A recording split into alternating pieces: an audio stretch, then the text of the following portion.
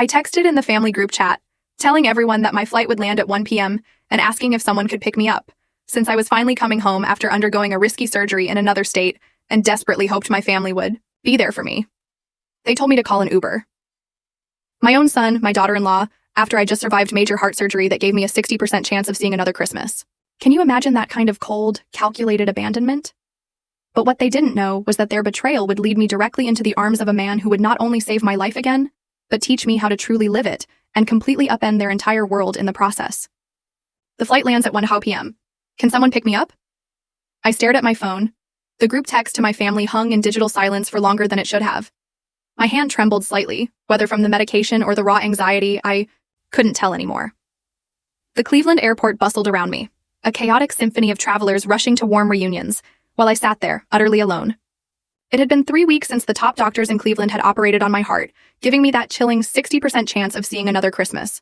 When my phone finally vibrated, the responses cut deeper than the surgeon's scalpel ever had. "We're too busy today. Just call an Uber," wrote Diana, my daughter-in-law of 15 years, the woman whose children I had practically raised while she scaled the corporate ladder at Meridian Pharmaceuticals.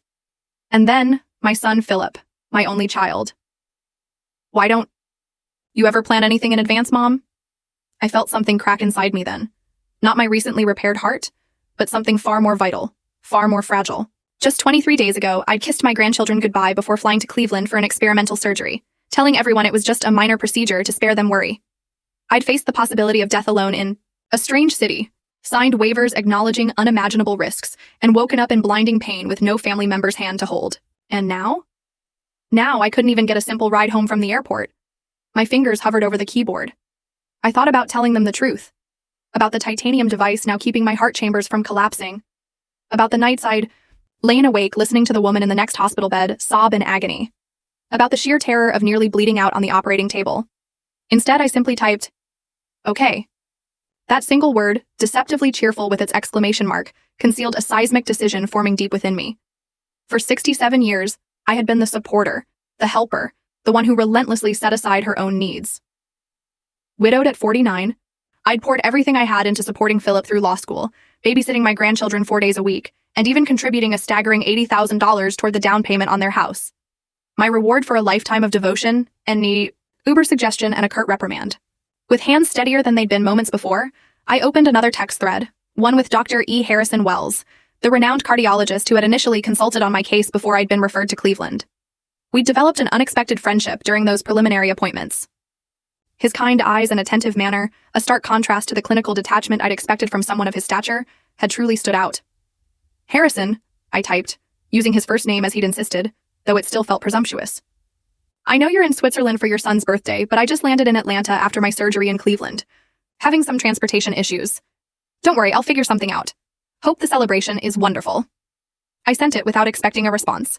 He was probably still overseas, enjoying precious time with his family, certainly not concerning himself with a 67-year-old widow's transportation problems. My phone rang almost immediately. "Pamela." His deep voice with that slight Boston accent was unmistakable. "Where exactly are you in the airport?" I blinked in confusion. "Terminal B, but—" "Stay there," he interrupted, his voice firm. "I'm at Terminal C right now. Just flew in from Zurich myself." "What a coincidence. You're here in Atlanta." I couldn't keep the disbelief from my voice. "Indeed I am. Edward's birthday celebration ended yesterday and I caught the overnight flight. I'm actually waiting for my driver now. We can easily pick you up on the way. Do you have checked luggage?" "Just this carry-on," I said, patting the small suitcase containing 3 weeks of hospital existence. "But Harrison, I can't impose—" "Pamela," he interrupted gently, "you've just had major cardiac surgery. The last thing you need is to struggle with rideshare apps and strange drivers. Text me your exact location. Samuel and I will be there in 15 minutes. After we hung up, I sat in stunned silence. Dr. Harrison Wells, the man who had revolutionized cardiac care, whose research was featured in medical journals worldwide, who had a 6-month waiting list for consultations, was coming to pick me up at the airport like we were old friends. I checked my appearance in my compact mirror and winced. 3 weeks in the hospital had left me pale, with dark circles under my eyes and my silver hair hanging limp around my face. I'd lost 12 pounds I couldn't afford to lose, and my good blouse hung from my shoulders like a child playing dress up. But there was nothing to be done about it now. I applied a touch of lipstick, a small vanity that seemed suddenly important, and waited. True to his word, 15 minutes later, a sleek black Bentley pulled up to the curb outside. The driver, an elegant older man in a crisp uniform, emerged and approached me directly. "Mrs. Hayes, I'm Samuel. Dr. Wells sent me to assist you." Before I could respond, another figure emerged from the car.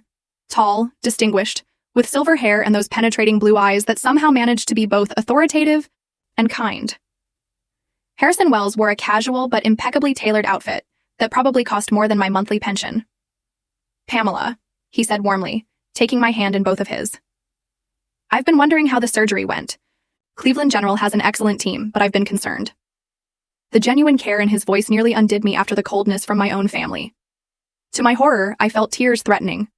Blinking them back, I summoned a smile. "It went as well as could be expected. I'm still here, aren't I?" His eyes narrowed slightly, seeing more than I wanted him to. "Yes, you are, and I'm very glad of that fact." He turned to Samuel. "Please handle Mrs. Hayes' luggage carefully. She's still recovering." As Samuel took my small suitcase, Harrison offered his arm for support. The gesture was so unexpected, so courteously old-fashioned, that I hesitated before placing my hand in the crook of his elbow. "I don't want to be a burden," I murmured, as he guided me toward the Bentley. "Pamela," he said, his voice low enough that only I could hear, "you could never be a burden. Now let's get you home, and you can tell me why your family wasn't here to meet you." Something in his tone, a protective edge I'd never heard before, sent an unexpected warmth through me. As Samuel held the door open, I slid into the luxurious leather interior, wondering what my son and daughter-in-law would say if they could see me now. Little did I know that in a few hours, their frantic calls would be lighting up my phone. Not out of concern for my health, but because they discovered exactly who would come to my rescue when they wouldn't. The Bentley glided through Atlanta traffic like a ship through calm waters, insulated from the noise and chaos outside. Samuel navigated with the confidence of someone who knew every shortcut and traffic pattern, while Harrison sat beside me in the spacious back seat, a respectful distance between us. "You didn't answer my question," he said gently as we merged onto the highway, "about your family not meeting you." I smoothed an invisible wrinkle from my skirt, buying time. How could I explain without sounding bitter, or worse, pitiful? "They're busy people," I finally said. "Philip's a partner at Harrove and Associates now. Diana's leading some important pharmaceutical campaign at Meridian." Harrison studied me with those penetrating blue eyes that seemed to catch every micro-expression, every evasion. I'd noticed that quality during our consultations, how he listened, not just to what was said, but to what wasn't. "I see," he replied, though his tone suggested he saw far more than I'd admitted. "And they couldn't spare 30 minutes to pick up their mother after cardiac surgery?" Put so bluntly, it sounded even worse than it was. I felt a sudden, irrational urge to defend them. "It was last minute. I didn't give them much notice about my flight." "Because you didn't know when you'd be discharged," he countered smoothly. "That's how hospitals work. Surely they understood that." I turned to look out the window, watching the familiar landmarks of Atlanta pass by. "I didn't exactly tell them it was cardiac surgery," I admitted quietly. "I said it was a minor procedure. Pamela. Just my name, but filled with gentle reproof. The experimental valve reinforcement you underwent is anything but minor. Why would you downplay something so serious?" The question hung between us. Why indeed? The answer was complicated, tied to years of not wanting to be a burden, of making myself smaller to fit into the corners of my family's busy lives. "They have their own concerns," I said finally. "Diana's been trying to land some important partnership for Meridian. Philip's working on a big case. The kids have their activities. I didn't want to disrupt everything with my problems." Harrison shook his head slightly. "Your problem was life-threatening heart failure. That's not a disruption. That's a family emergency." His directness was both refreshing and unsettling. For years, I'd constructed elaborate justifications for my family's neglect, each one more hollow than the last. "May I ask you something personal?" he continued, his tone softening. I nodded, though apprehension fluttered in my chest. "Do they know who I am? Your family?" The question surprised me. "I mentioned consulting with you initially.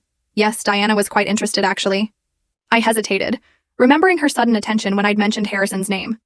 "She works in pharmaceutical public relations. I think your endorsement means a lot in her industry." Something shifted in his expression. A tightening around the eyes, a slight compression of his lips. "Ah, and did she ask you to make an introduction?" "She hinted at it," I admitted, feeling suddenly uncomfortable. "But I wouldn't impose on our professional relationship that way." He smiled then, the tension dissipating. "Our relationship has evolved beyond purely professional. I think we've had, 7 or 8 conversations about everything from cardiac health to Italian opera. I consider you a friend, Pamela." Friend. The word warmed something long cold inside me. When had I last made a new friend? Not an acquaintance, not someone's mother or someone's neighbor, but a person who chose my company for its own sake. I consider you a friend too, I said softly. Which is why I wouldn't use that friendship for Diana's professional gain. He reached over and briefly touched my hand, a gesture so unexpected that I nearly gasped. His fingers were warm, the touch light but somehow anchoring. Your integrity is refreshing, he said. Now tell me about the surgery. Did Dr. Levinson use the titanium mesh reinforcement or the newer polymer blend? For the remainder of the drive, we discussed my procedure in detail, Harrison explaining aspects the Cleveland doctors hadn't fully clarified. His ability to make complex medical concepts accessible without condescension was remarkable. Another facet of this multi-dimensional man I was still discovering. As we approached my modest suburban home, I felt a strange reluctance. The thought of returning to my empty house, to the silence and solitude that had been my constant companion since Thomas died 18 years ago, suddenly seemed unbearable after these moments of connection. Would you like Samuel and me to help you get settled? Harrison asked, as if sensing my hesitation. You shouldn't be lifting anything yet, and there may be some things you need from the store. That's very kind, but I couldn't impose further. It's not an imposition, he interrupted firmly. In fact, I insist. Doctor's orders. The authoritative tone made me smile despite myself. Well, if it's doctor's orders? Samuel pulled into my driveway and immediately came around to open my door, offering his arm with the same courteous formality as his employer. Harrison followed with my suitcase, and together they escorted me to my front door like a royal entourage. Inside, I was acutely aware of how the house might appear to someone like Harrison. My furniture was well-maintained but dated, the decor modest and practical, nothing like the elegant sophistication I imagined in his own home. Yet he moved through my space with genuine appreciation, commenting on a watercolor Thomas and I had purchased on our 20th anniversary, asking about a quilted throw my grandmother had made. While Samuel disappeared to the grocery store with a list Harrison had imperiously dictated. You need proper nutrition for recovery, not whatever convenience foods are in your freezer. The doctor insisted on making tea in my kitchen. I hope you don't mind, he said, finding cups and saucers with surprising ease. I find ritual comforting after medical procedures. My mother always believed a proper cup of tea could cure anything short of a severed limb. The normality of watching this distinguished man moving about my kitchen, steeping tea as if we'd done this 100 times before, created an intimacy that made my breath catch. Or perhaps that was just my healing heart, adjusting to new rhythms. When my phone began vibrating insistently on the counter, I glanced at it with irritation, then froze. 48 missed calls, 32 text messages, all from Philip and Diana. Is something wrong? Harrison asked, noting my expression. I stared at the screen in confusion. I'm not sure. My family suddenly seems very eager to reach me. As I unlocked the phone, a new notification appeared. A social media alert. With growing disbelief, I opened it to find a photo posted by Harrison an hour ago. Both of us in the Bentley, his hand supportively under my elbow, with the caption, "Honored to assist my friend Pamela Hayes home after her courageous journey through pioneering cardiac surgery. A remarkable woman with extraordinary resilience." The post already had thousands of likes and comments, including one from Diana. Dr. Wells, that's my mother-in-law. We've been trying to reach you for months regarding Meridian's Cardio Restore project. I looked up at Harrison, whose expression was impossible to read. Did you know? I asked quietly. About Diana trying to reach you professionally? Let's just say, he replied, setting a perfectly brewed cup of tea before me, that your daughter-in-law's reputation precedes her. And now it seems she's discovered a connection she never knew existed. His smile contained something I couldn't quite identify. Satisfaction, perhaps, or even mischief, like a chess player who had just executed a particularly elegant move. Pamela, he said, taking the seat across from me, I believe your phone will be quite busy for the foreseeable future. Shall we silence it and enjoy our tea? By evening, the missed calls had doubled. I watched the number climb with a detached curiosity, as if observing a natural phenomenon rather than my family's mounting panic. Harrison and Samuel had departed, after ensuring I was comfortably settled, leaving behind a refrigerator stocked with prepared meals, my medications organized in a sophisticated pill dispenser, and a business card with Harrison's private number written on the back in his precise handwriting. Call any time, he'd said at the door, his eyes holding mine a moment longer than necessary. Day or night, I mean that, Pamela. The warmth of those words had lingered after his Bentley disappeared down the street. Now, as I sat in my favorite armchair with a light shawl around my shoulders, I finally decided to acknowledge the communication bombardment. I chose to read the texts first. Philip. Mom, call me immediately. Diana. Is that really Dr. Harrison Wells with you? How do you know him? Philip. Why aren't you answering your phone? This is important. Diana. Mom Hayes, please call. We need to talk about your connection to Dr. Wells ASAP. The progression was telling, from initial shock to barely concealed desperation, with Diana's messages increasingly focused on my connection rather than my well-being. Not a single text asked how I was feeling after the surgery or if I'd gotten home safely. When the doorbell rang, sharp and insistent, I wasn't surprised. The confrontation was inevitable. I just hadn't expected it so soon.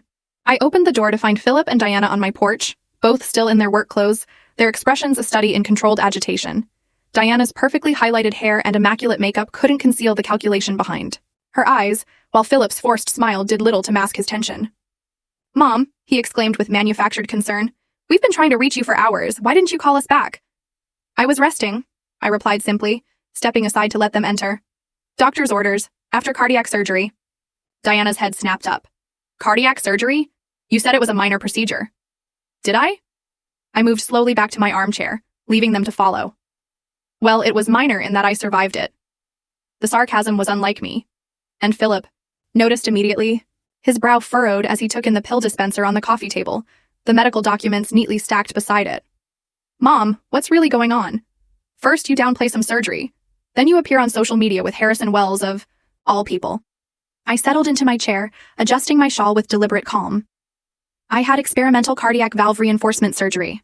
There was a 40% chance I wouldn't survive it. Dr. Wells was my initial consulting physician, before I was referred to specialist in Cleveland." The blunt disclosure hung in the air. Diana recovered first, sliding onto my sofa with practiced elegance. "Why didn't you tell us it was so serious?" she asked, her voice modulated to convey concern, though her eyes kept darting to the pill dispenser as if it might contain clues about Harrison. "Would it have mattered?" I countered quietly. "You were too busy to pick me up from the airport after knowing I'd had surgery. Would knowing it was high risk have changed anything?" Philip at least had the grace to look ashamed. "Of course it would have. We would have been there if we'd known." "Would you?" I interrupted, surprising myself with my directness. "The way you were there for my knee replacement last year when you visited for 15 minutes between meetings? Or the way you were there when I had pneumonia by sending flowers rather than checking on me in person?" My son's face flushed. "That's not fair, Mom. We have demanding careers, children with activities." "Yes, careers and children that benefited greatly from my constant support," I finished for him. The same support that apparently doesn't extend both ways. An uncomfortable silence fell. Diana, ever the strategist, changed tactics. "Dr. Wells seems very attentive," she observed, feigning casualness. "You never mentioned you were such close friends." Here it was, the real reason for their visit. Not concern for my health, but access to Harrison. I felt a cold clarity settle over me. "We became acquainted during my consultations," I said simply. "He's a compassionate physician who takes genuine interest in his patients. Compassionate enough to pick you up from the airport personally in his Bentley?" Diana pressed, leaning forward. "That seems beyond professional courtesy.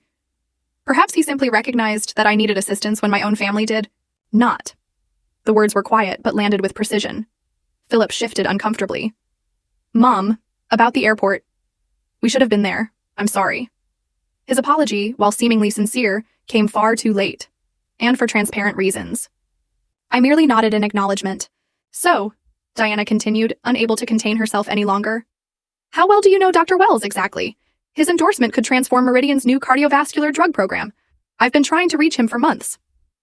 And there it was, the naked ambition behind their sudden attention. Not my surgery, not my well-being, but what I could potentially provide access to. "Well enough that he chose to help me today," I replied carefully. "Beyond that, our relationship is private." "Private?" Philip echoed, confusion evident. "Mom, what does that mean?" I smiled slightly, remembering Harrison's hand on mine in the car, the warmth in his eyes as he'd said goodbye. "It means that some things aren't for professional leveraging, Diana. Some connections have value beyond networking opportunities." Diana's perfectly composed facade cracked slightly. "But you must understand how important this could be for Meridian, for our family's financial security. Just one introduction." "I believe Dr. Wells is aware of Meridian's interest," I interrupted, thinking of our conversation in the car. "He seems quite informed about pharmaceutical industry matters." Something in my tone must have alerted Diana because her expression suddenly sharpened. "Did you tell him I've been trying to contact him?" "He asked if my family knew who he was," I said truthfully. "I mentioned you worked in pharmaceutical PR and had expressed interest in his endorsement." Diana's face paled. "And what did he say?" I considered the question, remembering the subtle shift in Harrison's expression. He seemed unsurprised. The atmosphere in the room changed perceptibly. Diana stood abruptly, smoothing her skirt with hands that trembled, slightly. "We should let you rest," she announced, her professional smile back in place. "Philip, your mother needs her recovery time." My son looked between us, clearly sensing undercurrents he didn't fully understand. "Right. But Mom, we really should talk more about your surgery. Maybe I could come by tomorrow." Before I could respond, my phone chimed with a text notification. I glanced down to see Harrison's name on the screen. "Checking in on my favorite patient. Dinner tomorrow evening? I know a place that accommodates cardiac diets beautifully. Samuel can collect you at 7. I couldn't prevent the small smile that touched my lips, nor did I miss Diana's laser focus on my reaction. "I'm afraid I have plans tomorrow evening," I told Philip, feeling a long, dormant flutter of anticipation. "Perhaps another time." As they finally departed with promises to check in soon, I watched from my window as they engaged in intense conversation in the driveway, Diana gesticulating emphatically while Philip nodded. Only after their car disappeared did I allow myself to read Harrison's message again, my finger hovering over the response button. Was this merely a doctor checking on a patient, a friend offering support, or something else entirely? Whatever it was, for the first time in years, I felt like more than just someone's mother or grandmother. I felt like Pamela again, a woman with her own identity, her own possibilities. I typed my reply. "I'd be delighted. 7 RPM works. Perfectly." I stood before my bedroom mirror, assessing my reflection with critical eyes. The black dress, purchased 3 years ago for a law firm gala I had attended as Philip's +1 when Diana was out of town, was the most elegant item in my wardrobe. Still, it felt woefully inadequate for dinner with a man who probably owned homes on multiple continents. Was this even a date? The question had plagued me all day. Harrison's invitation could easily be interpreted as a doctor checking on a patient, or a friend offering distraction during recovery.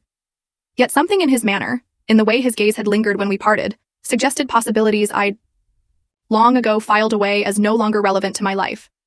At 67, with a freshly repaired heart and silver hair I'd stopped coloring 5 years ago, romance seemed an absurd consideration. And yet. The doorbell chimed precisely at 7.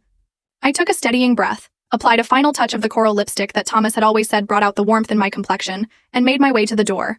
Samuel stood on my porch, impeccable in his uniform. "Good evening, Mrs. Hayes. The doctor is waiting in the car." "Thank you, Samuel." I retrieved my wrap and small evening purse, locking the door behind me. The Bentley sat in my driveway like an elegant visitor from another world. As Samuel opened the rear door, I caught sight of Harrison inside, dressed in a perfectly tailored dark suit that made my breath catch slightly. "Pamela," he said warmly as I slid into the seat beside him. "You look absolutely lovely." "Thank you," I replied, suddenly self-conscious. Though I'm afraid my post-surgery wardrobe options are rather limited. His eyes, that remarkable shade of blue that seemed to shift with the light, took in my appearance with frank appreciation. "The dress is perfect. That shade of black brings out the silver in your hair beautifully." Such a specific compliment, not the generic flattery one offers out of politeness. I found myself blushing like a schoolgirl. "How are you feeling?" he continued as Samuel pulled away from my house. "Any discomfort? Shortness of breath?" "Just the usual post-surgical fatigue," I assured him. "And perhaps some lingering effects from yesterday's family confrontation." Harrison's expression sharpened with interest. "Ah, yes. I imagine my social media post created quite a stir." "That's putting it mildly." I studied him carefully. "Was that deliberate, posting that photo when you did?" A smile played at the corners of his mouth. "Let's just say I've learned that sometimes a strategic revelation can clarify complex situations rather efficiently." "You knew exactly who Diana was, didn't you?" The question had bothered me since yesterday. Harrison was quiet for a moment, looking out at the Atlanta skyline as we approached downtown. "Your daughter-in-law has something of a reputation in pharmaceutical circles," he finally said, "particularly among physicians whose endorsements are actively sought." "What kind of reputation?" I asked, though I suspected I already knew. "The kind that prioritizes connections over content," he replied diplomatically. "Meridian's cardio-restore drug has potential, but their clinical trials have shown mixed results at best. What they need is more research, not more marketing." I processed this information, piecing it together with Diana's desperate attempts to reach him and her persistent efforts to contact me. 17 emails to my office in the past 4 months, he confirmed. 6 attempted approaches at medical conferences. 2 invitations to speak at Meridian-sponsored events. All declined. By my staff. "Yet you never mentioned this when I told you about my family," I noted. His gaze returned to me, surprisingly gentle. "I didn't want to taint your family relationships with my professional judgments. Although," he paused, "I admit, I was curious about the connection when you first mentioned your daughter-in-law worked for Meridian. I just didn't anticipate finding Diana Reynolds was your family member. The use of Diana's full name confirmed he'd known exactly who she was all along. A small part of me wondered if his initial interest in me had been influenced by this connection, but I immediately dismissed the thought. Harrison had been kind to me long before learning my family details. The Bentley glided to a stop before a discreet building I didn't recognize. No prominent signage, just an elegant doorman who nodded respectfully as Samuel opened our door. The Claremont, Harrison explained, offering me his arm. A private dining club. I think you'll find it comfortable, quiet enough for conversation. Excellent food, tailored to any dietary needs. The interior was a study in understated luxury. Rich wood paneling, subdued lighting from crystal fixtures, and well-spaced tables ensuring privacy.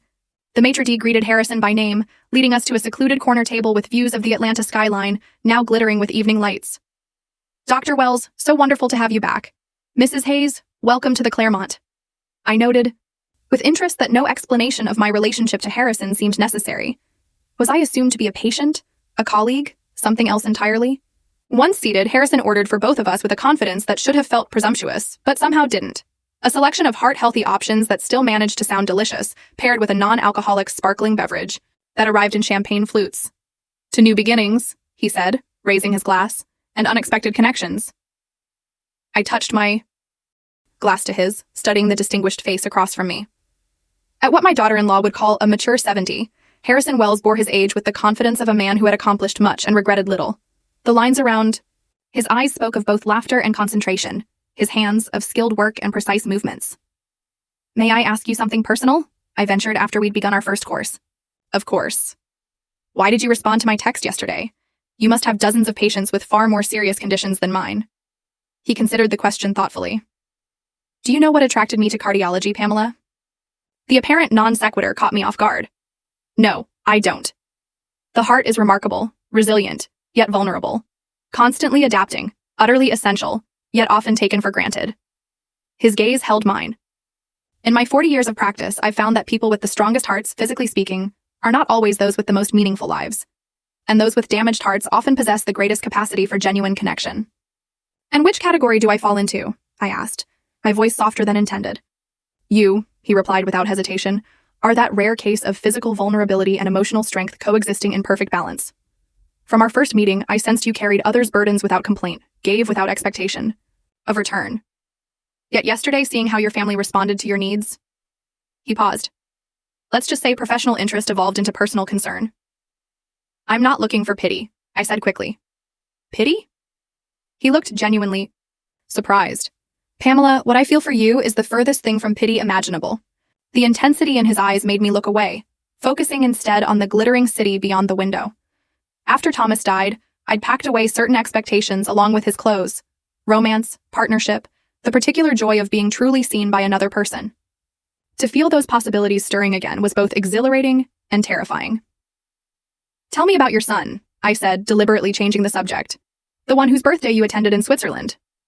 If Harrison noticed my deflection, he graciously allowed it, launching into stories about Edward, a humanitarian architect designing sustainable housing in developing countries. As he spoke, I caught glimpses of the father behind the distinguished physician.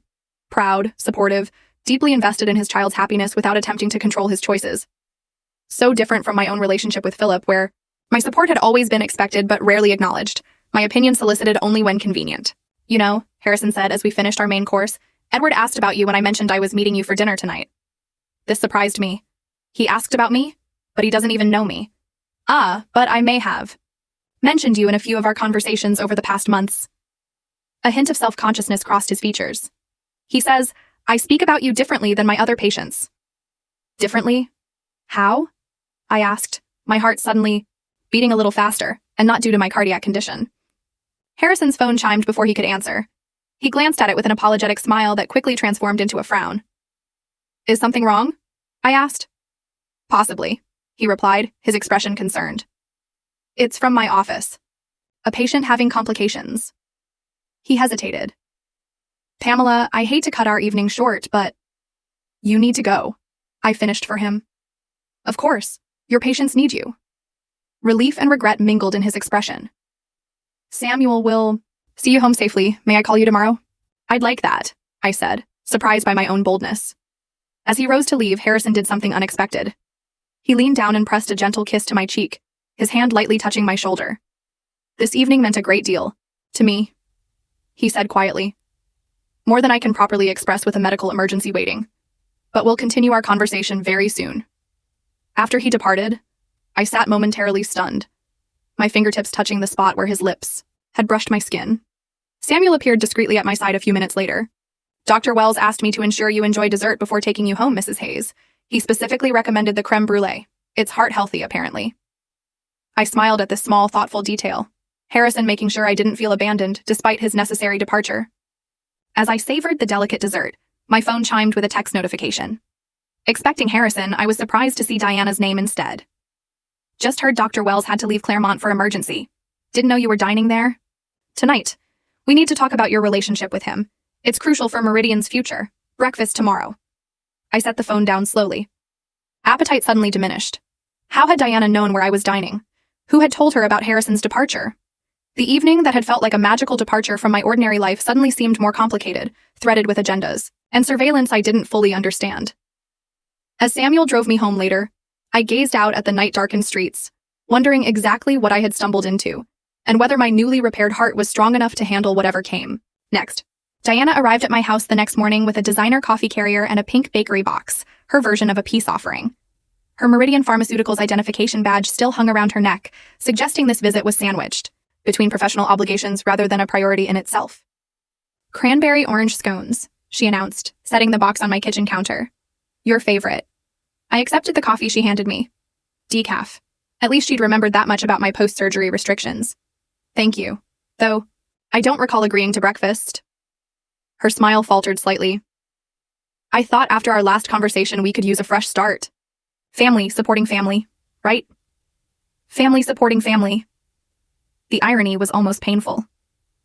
Of course, I replied, gesturing toward the small breakfast nook where Philip and Diana had often sat as newlyweds, seeking my advice on everything, from investment strategies to dinner party menus, before success made my counsel seem quaint and outdated. Diana settled across from me, her expression carefully composed into professional warmth, the same look I'd seen her practice for corporate photographs. So you and Dr. Wells... No preamble, not even a pretense of interest in my recovery. I sipped my coffee, letting the silence stretch uncomfortably. How did you know I was at the Claremont last night? I asked finally. She blinked, momentarily thrown by my directness. Oh, Atlanta's medical community is surprisingly small. A colleague saw you there. A colleague who also knew the moment Harrison left for his emergency? Diana's fingers tightened almost imperceptibly around her coffee cup. It was mentioned, yes. Interesting coincidence, I observed mildly. Your colleague happening to be at a private dining club recognizing me and immediately reporting to you. Mom Hayes, she began, switching to the faux, affectionate form of address she used when trying to manipulate me. I think we're getting off track. I'm just trying to understand your relationship with Dr. Wells for family reasons. Family reasons? I repeated. Not Meridian reasons? Her smile stiffened. Well, of course, his connection to our family could have professional implications. That's just reality. But my primary concern is you. The lie hung between us, as transparent as cellophane. I thought of Harrison's words about Diana's reputation, about her persistent attempts to reach him professionally. What exactly do you want to know, Diana? Relief flooded her features at what she perceived as my capitulation. How did you two really connect? It can't just be from your initial consultation. He never gives patients that kind of personal attention. Perhaps I'm not just any patient, I replied, surprising myself with the hint of steel in my voice. Clearly, she agreed, leaning forward eagerly, which is why I'm trying to understand. Is it a friendship? A professional relationship? Something more? The hesitation before more carried volumes of implication. I thought of Harrison's kiss on my cheek, the warmth in his eyes when he looked at me, moments that felt private, precious, not to be dissected for Diana's professional gain. My relationship with Harrison is personal, I said firmly, not a networking opportunity. Frustration flickered across her perfectly made-up face. Mom Hayes, you don't understand what's at stake here. Meridian's Cardio Restore. Drug could revolutionize heart disease treatment, but we need Wells's endorsement. Do you know how many lives could be improved, including yours? Interesting, I murmured. Harrison mentioned Cardio Restore has shown mixed results in clinical trials, that it needs more research, not more marketing. Diana went very still. He discussed Meridian's products with you? Briefly, I confirmed. He seemed quite knowledgeable about the company's approaches and about your attempts to contact him. The color drained from her face. What exactly did he say? That you've been quite persistent. 17 emails, I believe. 6 approaches at conferences. I took another sip of my coffee, watching realization dawn in her eyes. He knew exactly who you were when I mentioned my daughter-in-law worked for Meridian, and you told him about our relationship anyway? Her voice rose sharply. Do you have any idea what that could do to my professional reputation? To have my mother-in-law discussing me with the very physician I've been trying to establish a relationship with? You mean the way you discussed me with colleagues who spied on my private dinner? I countered quietly. Diana stood abruptly, abandoning all pretense of familial concern. This isn't just about me. Phillips Law Firm handles significant portions of Meridian's legal work. Our family's financial security is tied to my success there. Your grandchildren's college funds, our mortgage. Everything could be affected if this cardio restore deal falls through. So that's why you're suddenly interested in my friendship with Harrison, I said. The pieces finally clicking into place. Not concern for my well-being after surgery, but fear that I might damage your professional ambitions. That's not fair, she protested, though her expression betrayed her. Family and business are naturally intertwined. I thought you understood that. I thought of all the times I'd rearranged my life to accommodate their careers. The countless hours babysitting so Diana could attend networking events. The family gatherings scheduled around their professional commitments. The emotional support offered without expectation of reciprocity. I understand perfectly, I said, rising with as much dignity as my still healing body allowed. I understand that my value to this family has always been measured by what I can provide, not who I am. That's not true.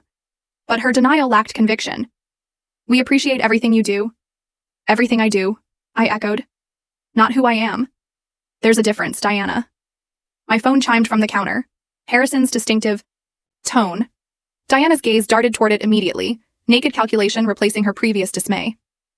You should answer that, she said, her professional smile back in place. And perhaps mention that we were just having a lovely family breakfast, that I was checking on your recovery. The transparent attempt at damage control might have been amusing if it weren't so sad. I moved to retrieve my phone, glancing at the message. Good morning, Pamela. Apologies again for our interrupted evening. Patient stabilized. Would you consider accompanying me to the Symphony Gala this Saturday? Black tie affair benefiting cardiac research. Samuel can help with arrangements if you're interested. A formal event in public, as Harrison's companion. The implications made my newly reinforced heart flutter in a way that probably wasn't medically advisable. Well? Diana prompted, trying to sound casual. What does the good doctor want? I slipped the phone into my pocket without responding. I think our breakfast is concluded, Diana. Please give my love to Philip and the children. Her expression hardened. So that's how it's going to be. You'll prioritize some new relationship over your family's needs. No, I corrected her gently. I'm finally prioritizing my needs alongside my family's. It's an adjustment for all of us, I imagine. After she left, bakery box abandoned, coffee barely touched, I stood in my kitchen feeling strangely light, despite the confrontation. For decades, I'd measured my worth by what I could give to others, particularly my family. The possibility of choosing something for myself, of exploring a connection that existed outside those well-worn channels of obligation, felt simultaneously terrifying and exhilarating. I reread Harrison's message, then typed my reply. I would be delighted to attend. Though I should warn you, my presence as your companion will likely spark certain professional overtures from Meridian Pharmaceuticals. His response came almost immediately. I'm counting on it. Some situations benefit from direct confrontation in the proper setting. Besides, I'm rather looking forward to seeing you in formal attire. You are stunning in simple black. I can only imagine what you might choose for a gala. I felt a blush warm my cheeks. Ridiculous at my age. Another text followed quickly. Samuel will arrange for suitable options to be delivered for your selection, unless you'd prefer to shop yourself. Either way, the expense is handled. Consider it part of your cardiac rehabilitation program, doctor's orders. I laughed aloud at his audacity, then sobered as I realized the implications. Saturday's gala would make whatever was developing between Harrison and me publicly visible. Diana would undoubtedly be there representing Meridian.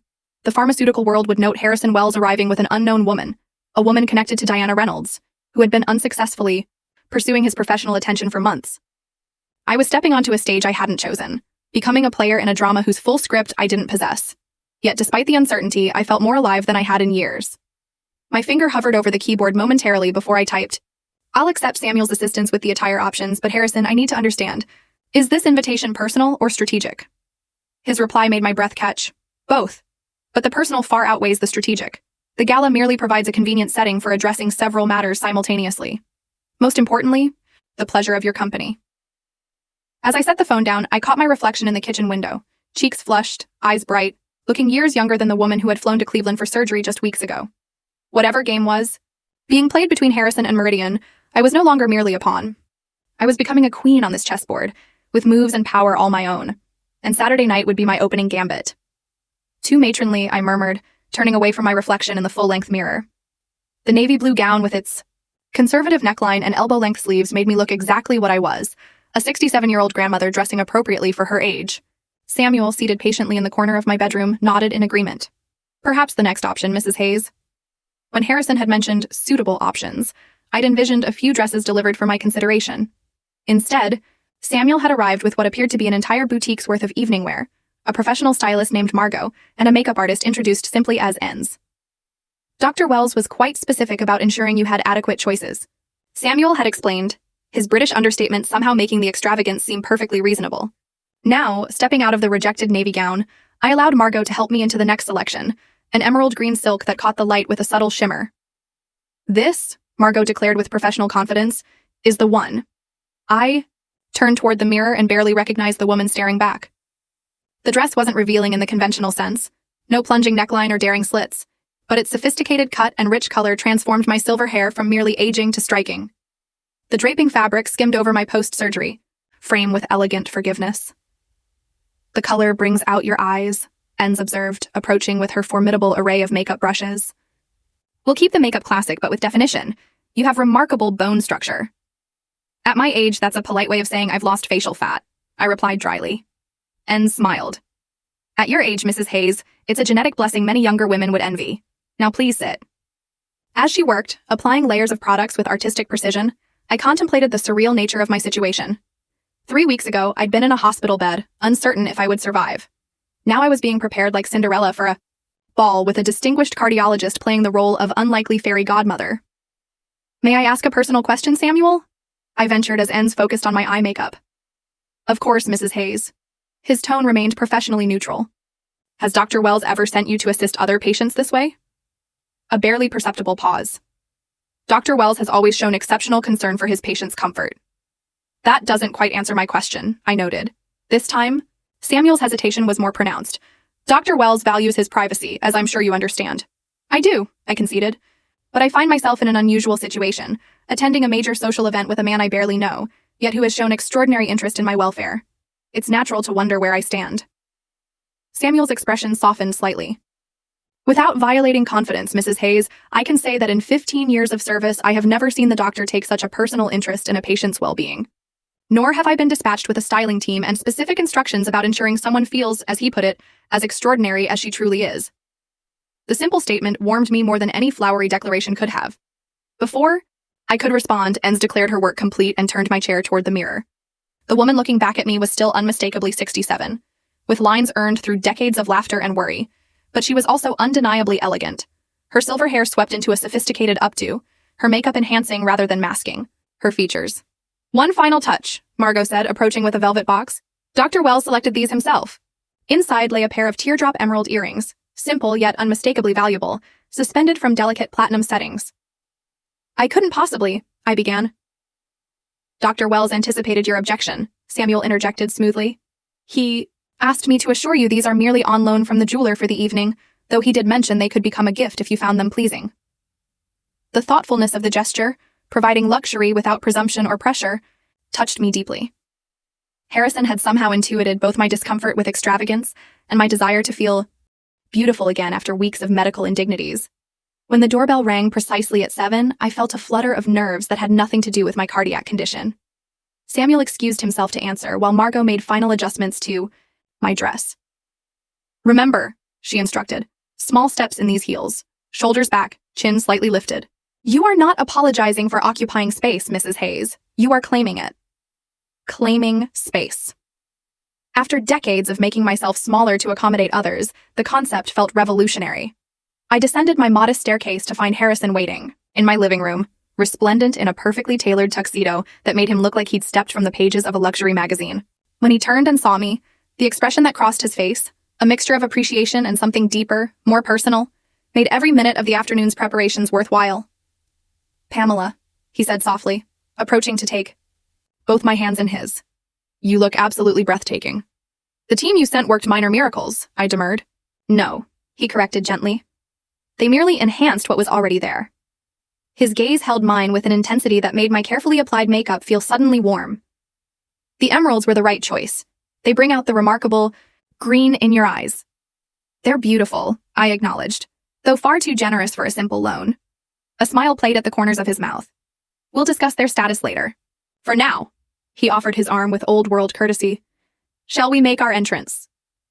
The symphony hall gleamed with light as we approached, its neoclassical columns illuminated against the night sky. A red carpet stretched from the curb to the entrance, flanked by photographers documenting the arrival of Atlanta's elite. I felt a moment of panic at the prospect of such visibility. Harrison, I murmured as Samuel opened the car door. I'm not accustomed to this level of exposure. He covered my hand with his, warm and reassuring. Just look at me. If it becomes overwhelming, we'll walk straight through. You don't need to pose or speak to anyone. But as we emerged from the Bentley, a ripple of recognition passed through the waiting photographers. Flashbulbs erupted immediately. Dr. Wells, over here! Doctor, who's your companion tonight? Harrison guided me forward with a protective hand at the small of my back, acknowledging the cameras with practiced ease while maintaining our steady progress toward the entrance. The confidence of his movement steadied me, allowing me to walk, with the dignity Margot had coached rather than the deer-in-headlights panic I felt. Just before we reached the doors, Harrison paused and turned slightly, positioning us for what I realized was a deliberate photograph. His arm slipped around my waist in a gesture that was unmistakably more than professional, his smile warm and genuine as he looked down at me. Forgive the theatrics, he murmured, his lips close to my ear. Sometimes a picture truly is worth 1,000 words. Inside, the grand foyer buzzed with Atlanta's social and business elite in formal attire, champagne flutes glinting under crystal chandeliers. Harrison guided me through the crowd with practiced ease, stopping occasionally to exchange greetings with colleagues who eyed me with undisguised curiosity. He introduced me simply as Pamela Hayes, my guest this evening, offering no explanation of our connection. The ambiguity clearly intrigued his acquaintances, whose speculative glances followed us as we moved through the room. Everyone is wondering who I am, I observed quietly. Let them wonder, he replied, a hint of mischief in his eyes. Curiosity is good for the soul, and for your reputation. Arriving with an unknown woman of a certain age. His expression sobered. Pamela, my reputation is built on 40 years of medical excellence, not social appearances. Besides, he paused, his gaze sweeping the room before returning to me with surprising intensity. I'm rather enjoying watching Atlanta society try to categorize what they're seeing between us. And what exactly are they seeing? I asked, suddenly bold. Before he could answer, a voice cut through our moment of connection. Dr. Wells, what an unexpected pleasure. Diana stood before us, resplendent in a designer gown that probably cost more than my monthly pension, her professional smile firmly in place. Beside her, Philip looked uncomfortable in his tuxedo, his expression caught between embarrassment and calculation as he looked between Harrison and me. Mrs. Reynolds, Harrison replied with perfect courtesy, though I noted he used Diana's formal name rather than any warmer greeting. Mr. Hayes, good evening. Dr. Wells, we had no idea you'd be attending with family, Diana continued smoothly, emphasizing the last word while extending her hand. What a delightful surprise. As Harrison took her hand briefly, I caught the flash of triumph in Diana's eyes. She had achieved in this moment what months of professional pursuit had failed to deliver.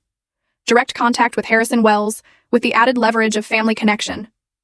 What she couldn't possibly know was how thoroughly Harrison had anticipated this very encounter, and how completely the evening was about to upend everyone's expectations, including perhaps my own. Actually, Harrison replied smoothly, his hand finding the small of my back with subtle possessiveness. I'm not here with family, I'm here with my date. The word hung in the air between us. Date. Simple, unambiguous, and utterly shocking to Diana, whose professional smile faltered visibly. Your date? She repeated, eyes darting between us as if trying to solve a particularly complex equation.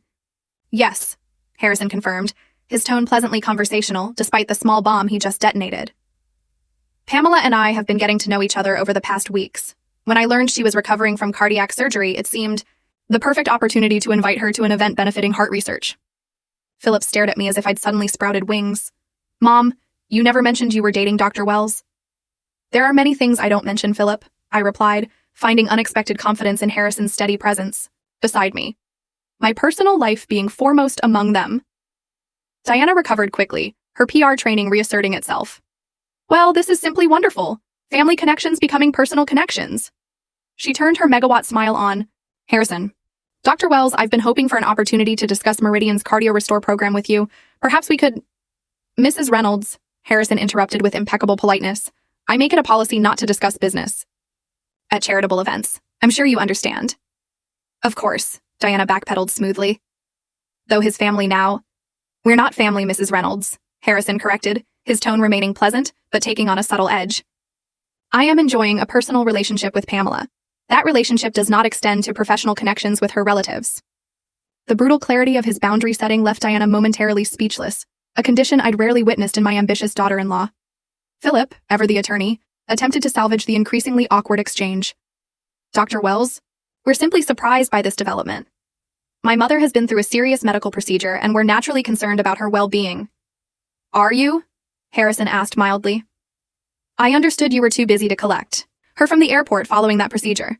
Fortunately, I was available to ensure she reached home safely. The pointed reference to their neglect made Philip flush with embarrassment. Before he could respond, a silver-haired woman in a stunning red gown approached our group. Harrison, darling, the board members are asking for you, something about the donation announcement. She turned to me with genuine warmth. And you must be Pamela. Harrison has mentioned you several times. I'm Catherine Winslow, Symphony Guild president and Harrison's ex-wife. Ex-wife. The revelation startled me nearly as much as it clearly shocked Diana and Philip. Catherine took my hand in both of hers, her grip firm and friendly. Harrison never brings dates to these functions, she confided in a stage whisper clearly meant to be overheard. You must be quite special. Come, both of you. The presentation is about to begin. As Catherine led us away, I caught a glimpse of Diana's thunderstruck expression. The calculated professional connection she'd been pursuing had just transformed into something far more complex and inaccessible. Thank you for the timely rescue, Harrison murmured to Catherine as we moved through the crowd.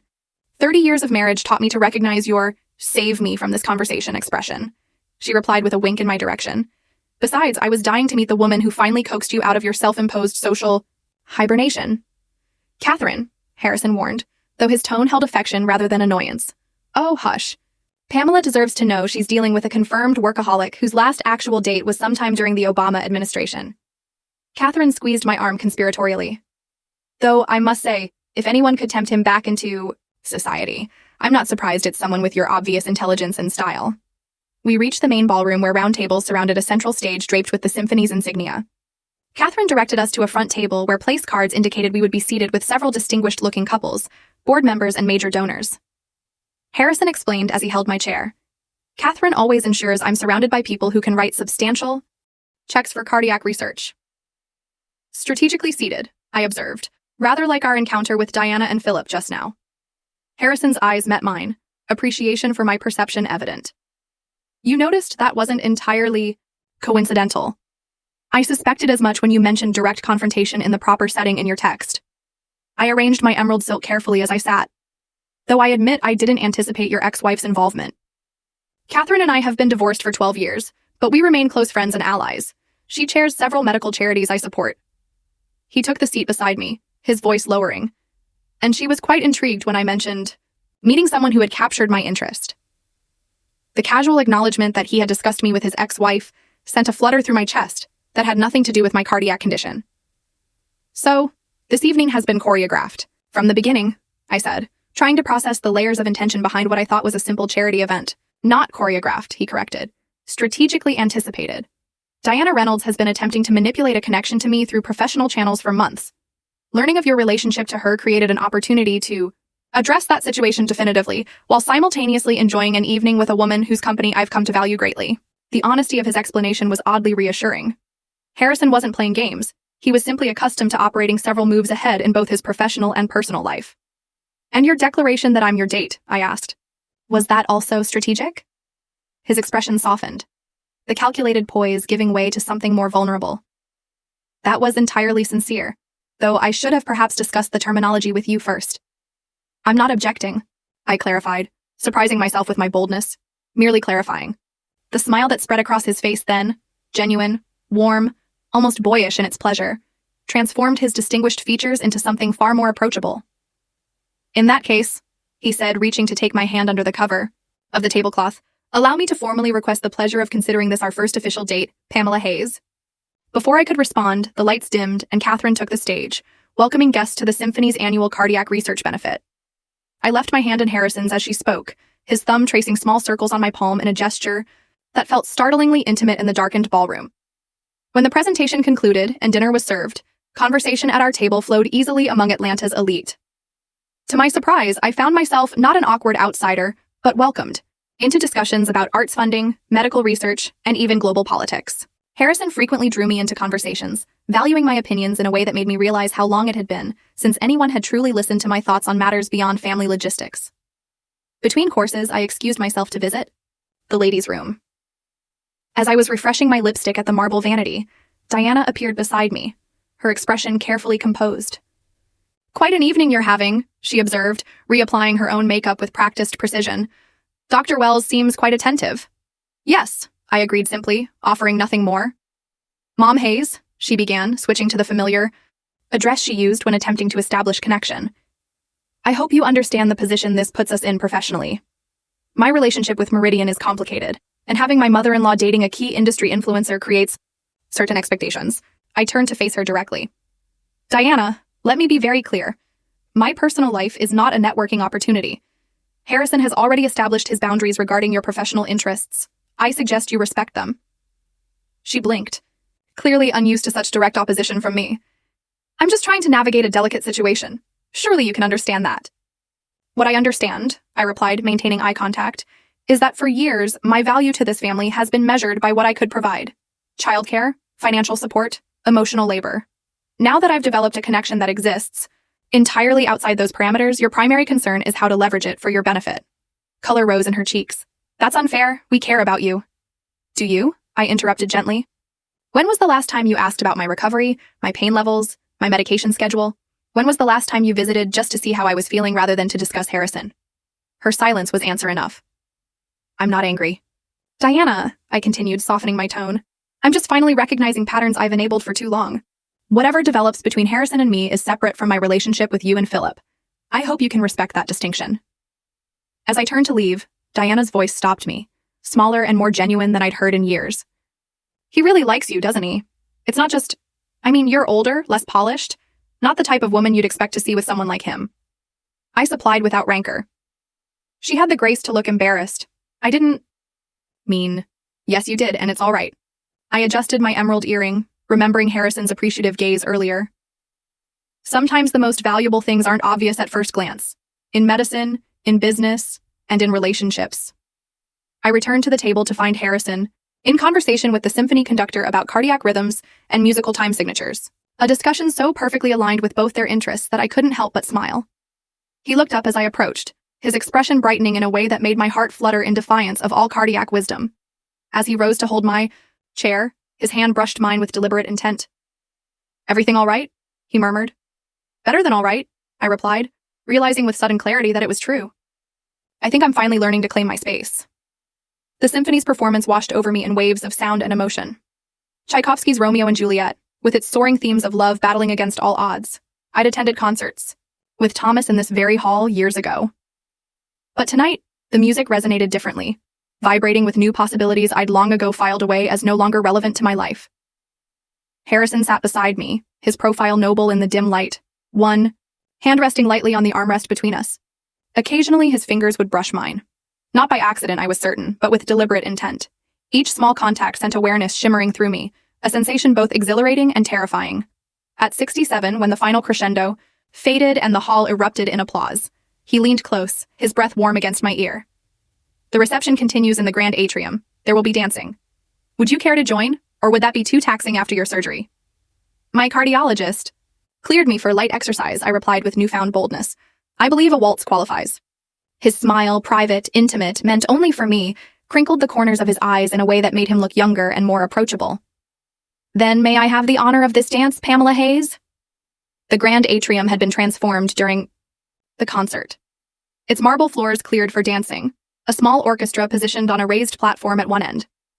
Crystal chandeliers cast a golden glow over elegantly dressed couples already beginning to sway to a Strauss waltz. Harrison led me to the edge of the dance floor, his hand warm and secure at the small of my back. "It's been some time since I've done this," he confessed. "Medical conferences rarely feature ballroom dancing." "It's been even longer for me," I admitted. "Not since Thomas's retirement party, and that was nearly 20 years ago. Then we shall be rusty together." He turned to face me, one hand extended in formal invitation. Shall we? As his arm slipped around my waist and my hand settled on his shoulder, the years fell away. Our bodies found the rhythm with surprising ease, muscle memory engaging despite the decades since either of us had properly danced. Harrison led with quiet confidence, guiding me through the swirling couples with the same precision he likely brought to the operating room. You're quite good at this, I observed as he executed a perfect turn that made my emerald silk flare elegantly. As are you, he countered, another hidden talent to discover. At my age, most talents are well established rather than hidden, I replied. His arm tightened slightly around my waist. I disagree. I suspect you have depths yet unexplored, talents you've set aside for far too long. The directness of his gaze made me glance away, suddenly aware of other couples watching us with undisguised curiosity. We're attracting attention. Good, he said simply. Let them see. See what exactly? A distinguished cardiac surgeon dancing with a beautiful woman who happens to be recovering from groundbreaking cardiac surgery. Medical success story and a personal delight, all in one elegant package. The compliment, delivered with such matter-of-fact confidence, warmed me more than effusive flattery could have. Harrison spoke of my beauty not as something surprising despite my age, but as a self-evident truth, requiring no qualification or explanation. As we circled the floor, I caught sight of Philip and Diana standing at the edge of the atrium. My son's expression was troubled, confused, as if witnessing something that challenged his fundamental understanding of the world. Diana's face was more complex, calculation and reevaluation clearly warring, with lingering traces of disbelief. Your family seems rather disturbed by our dancing, Harrison noted, following my gaze, particularly your daughter-in-law. Diana is reassessing her strategic position, I replied. She's realizing that her carefully constructed professional approach has been outmaneuvered by forces she didn't anticipate, such as a genuine connection between two people that has nothing to do with pharmaceutical endorsements or career advancement. Harrison's eyes crinkled with appreciation. You understand the game board quite clearly. I've been watching from the sidelines for years, I said. Just because I wasn't playing doesn't mean I wasn't learning the rules. The music shifted to a slower tempo, and Harrison drew me slightly closer, still maintaining perfect propriety, but creating a more intimate space between us. And now that you've entered the game, I'm discovering I enjoy it more than I expected, I admitted. His thumb traced small circles where his hand rested at my waist, a gesture hidden from observers, but electrifying in its intimacy. And what of your partner in this particular match? He seems exceptionally skilled, I replied, matching his playful tone, though his ultimate strategy remains somewhat mysterious. Harrison chuckled, the sound vibrating through his chest where our bodies nearly touched. Perhaps his strategy is simply to enjoy each move for its own sake, rather than focusing solely on the end game. The wisdom in this philosophy, so contrary to the calculated maneuvering I'd observed in Diana's professional life and Philip's legal career, struck me with unexpected force. How long it had been since I'd truly lived in the moment, experiencing joy without calculating its cost or anticipating its end. As the dance concluded, Harrison kept hold of my hand, leading me toward the terrace doors. Some fresh air? Perhaps. The spring evening is quite mild. The terrace overlooked the city skyline, Atlanta's towers glittering against the night. Only a few other guests had ventured outside, giving us relative privacy as we strolled to the stone balustrade. You're trembling, Harrison observed, immediately removing his jacket and placing it around my shoulders. The garment carried his scent, subtle cologne, fine wool, and something uniquely him that I couldn't name, but found inexplicably comforting. Just a slight chill, I lied. In truth, I was trembling from the evening's emotional intensity, the public declaration of our connection, the confrontation with Diana, the intimacy of dancing after so many years of solitude. Harrison studied me with the careful assessment of a physician. Perhaps we should call it an evening. Your recovery is still progressing, and I wouldn't want to overtax you. No, I said quickly, surprising myself with my vehemence. I'm fine, truly. His expression softened. Nevertheless, a physician knows when to end treatment before the patient experiences adverse effects. We've accomplished what we set out to do this evening. Which was, I prompted. To establish certain truths publicly, he replied. That you and I have a personal connection independent of professional considerations. That your daughter-in-law's attempts to leverage family relationships for business advantage are unwelcome. And most importantly, he paused, his gaze holding mine with unexpected vulnerability.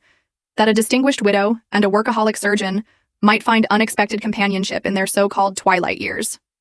The phrase, so-called, wasn't lost on me. His subtle rejection of the notion that our age somehow diminished the significance of what was developing between us. If we leave now, I ventured, what happens next? Samuel drives you home, he said simply. I ensure you arrive safely to your door. We say goodnight with a mutual understanding that this evening was the beginning of something, not its conclusion. And tomorrow? His smile was gentle. Tomorrow I call to check on my favorite cardiac patient. Perhaps we discuss dinner. Later in the week, in a less formal setting, we continue learning about each other, one conversation at a time. The simplicity of his proposed path forward, neither rushing nor stalling, just steady progression, calmed my anxieties. This wasn't a reckless plunge into romance, but neither was it a tepid friendship cloaked in plausible deniability. It was honest, direct, and refreshingly clear in its intentions. I'd like that, I said softly. As we turned to go back, inside, Philip appeared at the terrace doors, his expression a mixture of determination and discomfort. Harrison's hand found the small of my back in a subtle gesture of support. Mom, Philip began awkwardly. Diana and I are leaving. Soon. We thought we might drive you home.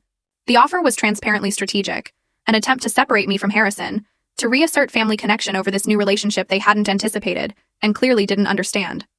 Before I could respond, Harrison spoke. That's thoughtful, Mr. Hayes, but unnecessary.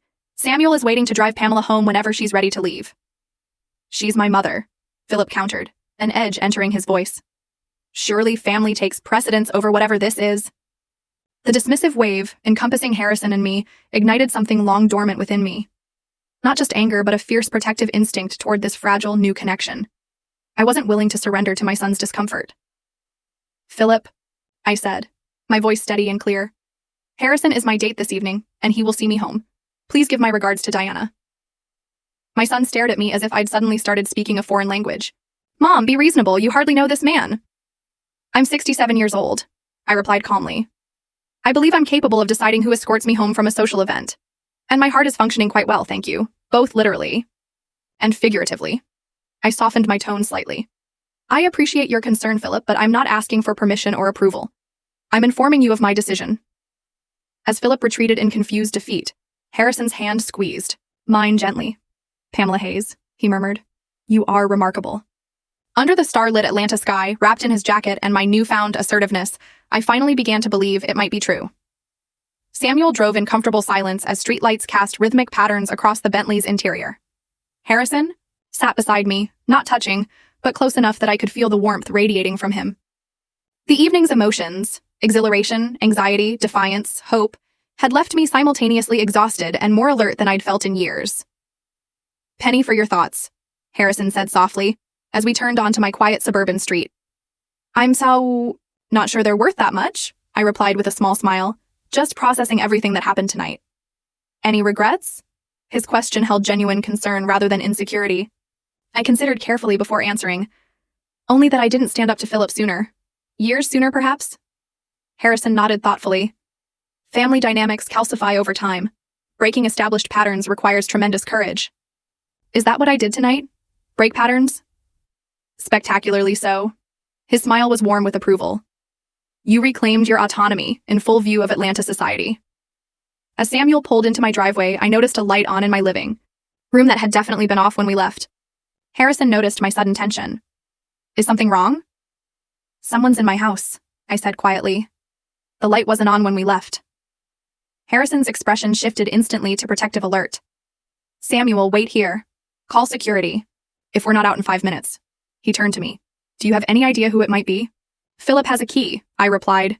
But he was still at the gala when we left. Let me go first, Harrison insisted as Samuel opened my door. We approached the house cautiously. Through the front window, I caught a glimpse of movement, a figure passing between the living room and kitchen. As we reached the porch, the door suddenly opened, revealing my 17-year-old granddaughter Lily, her eyes widening at the sight of Harrison beside me. Grandma, she exclaimed. Oh my God, you look amazing. Is this your doctor? The one Dad and Mom are freaking out about? Relief flooded me. Lily, what are you doing here, sweetheart? She glanced between us with undisguised curiosity. Mom texted that you were at some fancy gala with a famous doctor. I wanted to see for myself. Her gaze appraised Harrison with the brutal honesty of youth. Wow. Good choice, Grandma. Despite the tension of the moment, I couldn't help laughing.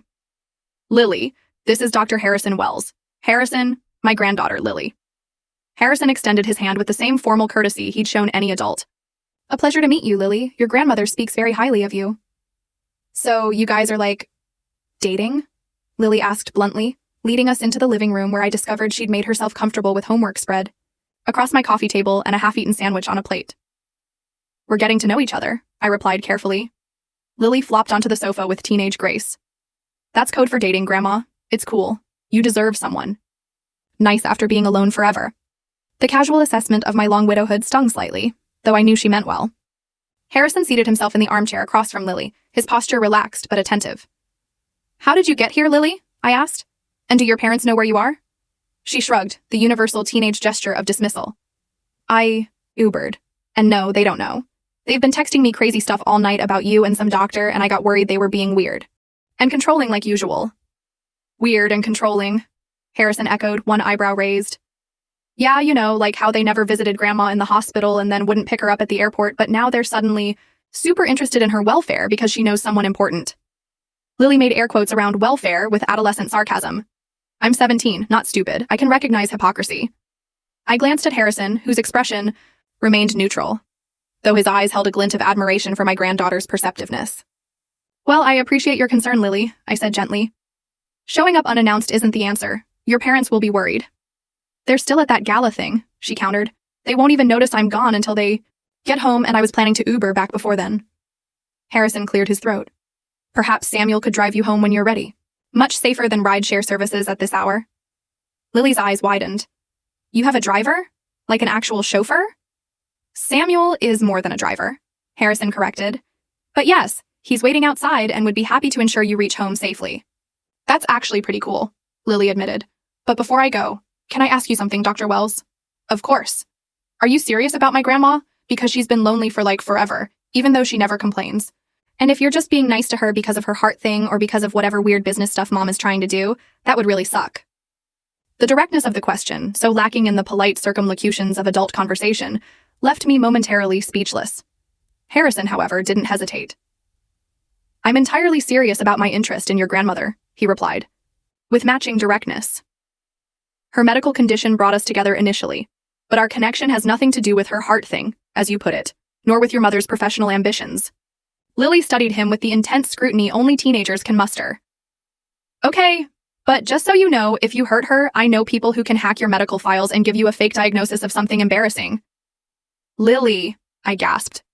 Harrison chuckled. A creative threat. Fortunately, I have no intention of giving you cause to implement it. He rose smoothly. Now I'll ask Samuel to prepare the car while you gather your things. Pamela, may I have a word in private? We stepped onto the front porch, the spring night wrapping around us with cricket songs and the scent of neighboring jasmine. Your granddaughter is remarkable, Harrison observed. Perceptive, protective, and refreshingly direct. She's always been her own person, I agreed, much to her mother's dismay. She clearly adores you. He moved slightly closer, his hand finding mine in the darkness, and shares my concern about your long-standing loneliness. The simple acknowledgement of what I'd kept carefully hidden, the aching solitude of years spent giving without receiving, made my throat tighten unexpectedly. Harrison, about tonight. It was just the beginning, Pamela, he interrupted gently, if you'll allow it to be.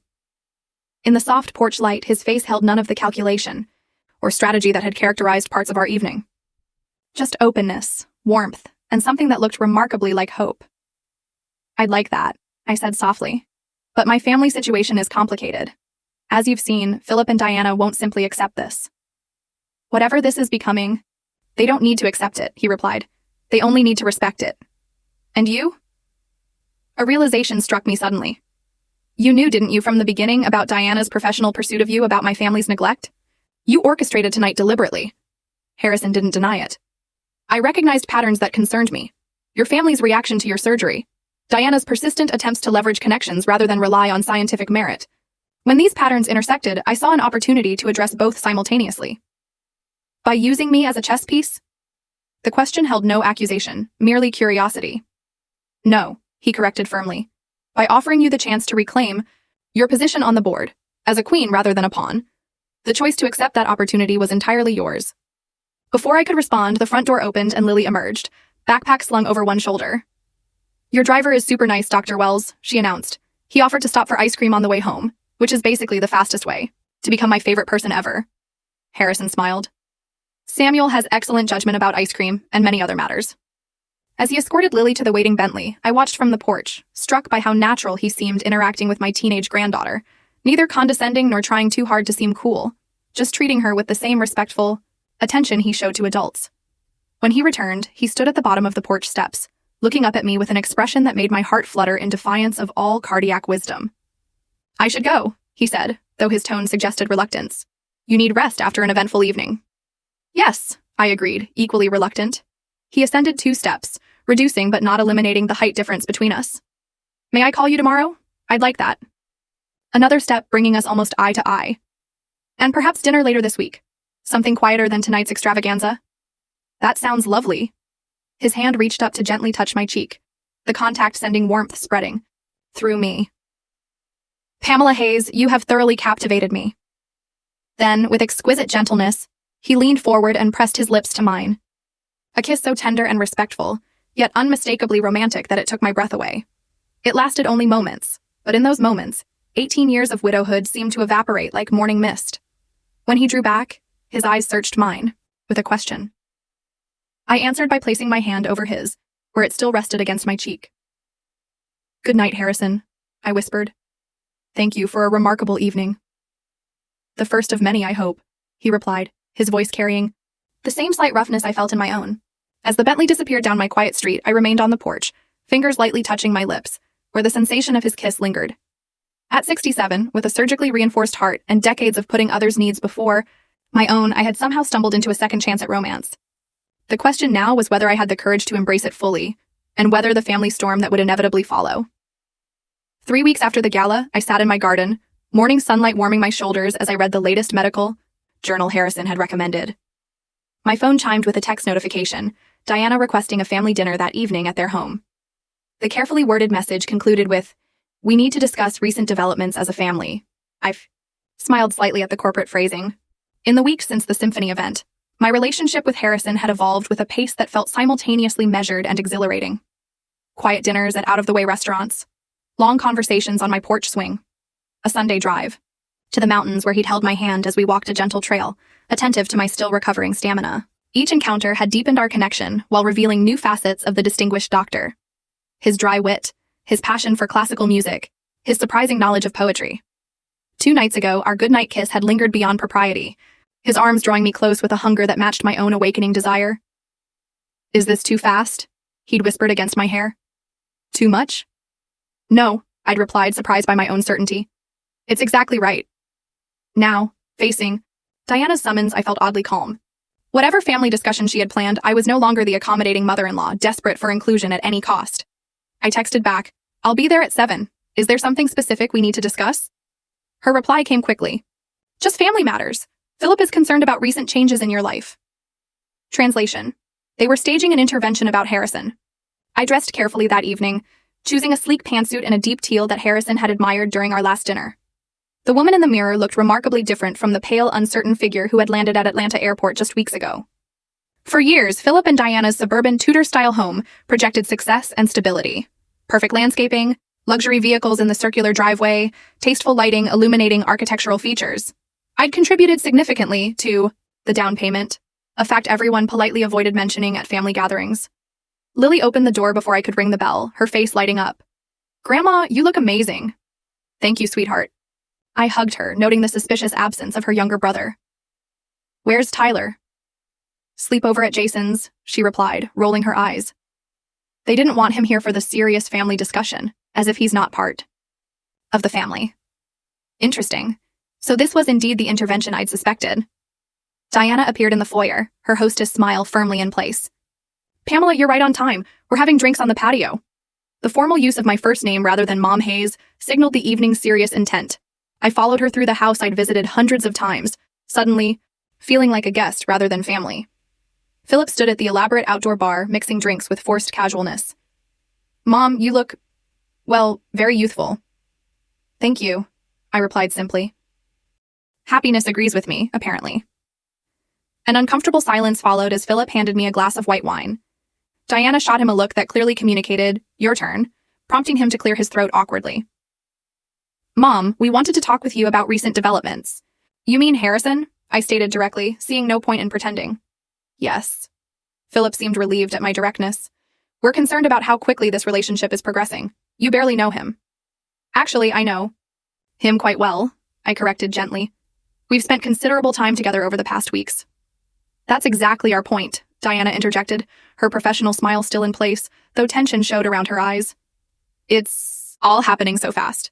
Right after your surgery, when you're emotionally vulnerable, we're worried he might be taking advantage. Lily, who had been silently observing from a nearby chair, made a disgusted sound. Oh my God, Mom! Grandma's not some confused old lady being scammed. Dr. Wells is literally famous in the medical world. Lily, the adults are talking, Diana replied sharply. Perhaps you should go inside. No, I said firmly. Lily stays.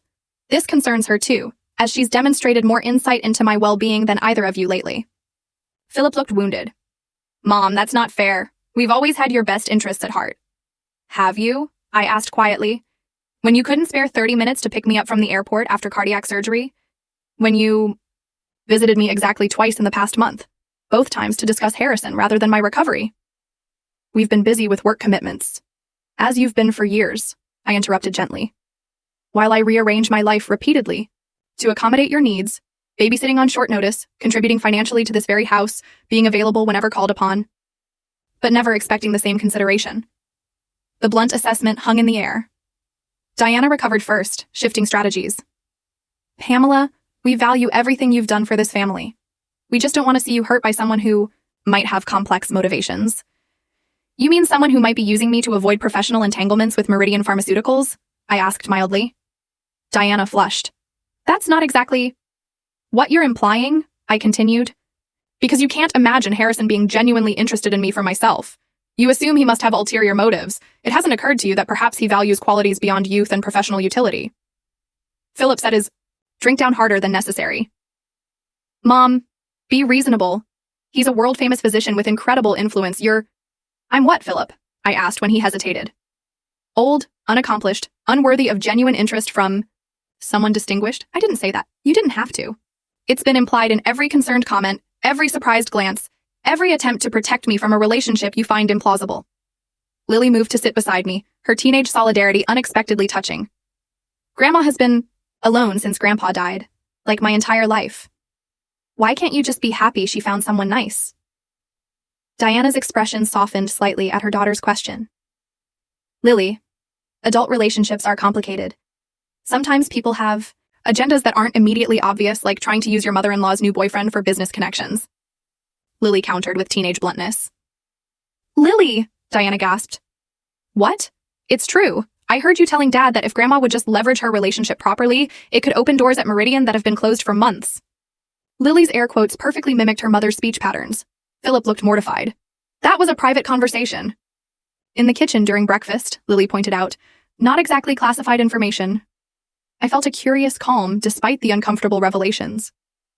Philip, Diana, I understand your concerns, both personal and professional, but I need to be very clear. My relationship with Harrison is not subject to family approval or strategic planning. It's private, it's genuine, and it's bringing me joy after many years of loneliness. But Mom, if we're concerned about that choice, Philip asked, his lawyer's instinct for negotiation surfacing. You're entitled to your concerns. You're not entitled to manage my life based on them. I softened my tone. I will always love you both. You're my family. But love doesn't require submission to control disguised as concern. The silence that followed felt weightier than any that had preceded it. Diana stared into her untouched wine. Philip shifted, uncomfortably. Lily watched with undisguised admiration. Finally, Philip spoke, his voice strained. We just don't want to lose you, Mom. The vulnerability in his tone, so rare from my achievement-oriented son, touched me deeply. Oh, Philip, you're not losing me. You're just meeting a version of me you haven't had to deal with before. The version that stands up for herself, Lily supplied helpfully. Precisely. I reached for Philip's hand. I've spent 18 years defining myself as Thomas's widow, your mother, the children's grandmother. I'm discovering there's more to me than those roles, and it's terrifying and exhilarating in equal measure. Something in my words seemed to reach Diana, whose carefully maintained facade softened into something more genuine. I never really considered how lonely you must have been, she admitted quietly. All these years, I buried it beneath busyness, I acknowledged. Being needed by all of you gave purpose to my days, but Harrison has reminded me that I'm not just the supporting character in other people's stories. I deserve a narrative of my own, And Dr. Wells is part of that narrative now? Diana asked, professional assessment clearly running beneath the personal question. Even professionally? Yes, I stated simply. Though not in the way that might benefit Meridian Pharmaceuticals. Diana had the grace to look embarrassed about that. We don't need to discuss it further, I interrupted gently. Your professional ambitions are your concern. My relationship with Harrison is mine. Those boundaries need to be respected moving forward. As if summoned by our conversation, my phone chimed with Harrison's distinctive tone. I glanced at the screen to see his message. Thinking of you this evening. Call when you're free. A smile touched my lips involuntarily, bringing curious looks from my family. Him? Philip asked. Yes. I made no move to hide the screen or apologize for the interruption. Lily broke the tension with teenage pragmatism. So, are we actually having dinner? Or was this just scheduled for the intervention? Because I'm starving. Diana sighed, momentarily abandoning her perfect hostess persona. There is lasagna keeping warm in the oven. I suppose we should eat. As we moved inside, Philip hung back, touching my arm to delay me. Mom, I need to ask, are you happy? Really happy? The question, asked without agenda or judgment for perhaps the first time in years, deserved complete honesty. Yes, I said simply. For the first time since your father died, I remember what it feels like to be fully alive, to be seen for myself, not just for what I can provide. His expression shifted through several emotions before settling on something resembling acceptance. Then I guess I need to get used to having Dr. Harrison Wells at family dinners. That would be nice, I replied, though not required. Harrison and I are creating our own path, which may or may not always intersect with family obligations. That's going to take some getting used to, he admitted. For all of us, I agreed. Change usually does. Later that evening, as Samuel drove me home, I called Harrison as promised. His voice, warm and intimate through the phone, created an immediate connection despite the physical distance. How was the family dinner? He asked. Illuminating, I replied. They staged a concerned intervention about us. He chuckled, the sound sending pleasant shivers through me. And how did that go for them? Not as planned, I admitted. Though I think we reached a new understanding, or at least the beginning of one. I'm proud of you, he said softly. Standing your ground couldn't have been easy after so many years of accommodation. Surprisingly, it was easier than expected. I watched familiar streets pass outside the Bentley's window. Once I became clear about my own worth, the rest followed naturally. Your worth has never been in question, Harrison replied. At least not to me. As Samuel pulled into my driveway, I noticed a warm glow coming from my porch. Not the automatic security light, but the soft illumination of candles, dozens of them, arranged along the railings and steps, creating a pathway to my door, where a tall figure waited. Harrison, I gasped into the phone. Are you at my house? I may have prepared a small surprise, he admitted. I thought you might need something special after facing the family tribunal. Samuel opened my door with a conspiratorial smile. Dr. Wells arranged everything while you were out, Mrs. Hayes. The candles are LED, no fire hazard. I approached my transformed porch in wonder, seeing Harrison waiting with an expression of such tender anticipation that my heart, both literally and figuratively stronger than it had been in years, swelled with emotion. What is all this? I asked as I reached him. A celebration, he replied, taking both my hands in his. Of courage, of new beginnings, of a remarkable woman who is finally claiming her rightful place in her own life story. As he drew me into an embrace that felt like coming home to a place I'd never been before, I realized that my surgical journey had healed far more than just my physical heart. It had cracked open decades of careful containment, allowing me to step into a life richer and more authentic than I'd believed possible at 67. The diagnosis that had terrified me had become unexpectedly the prescription for my rebirth.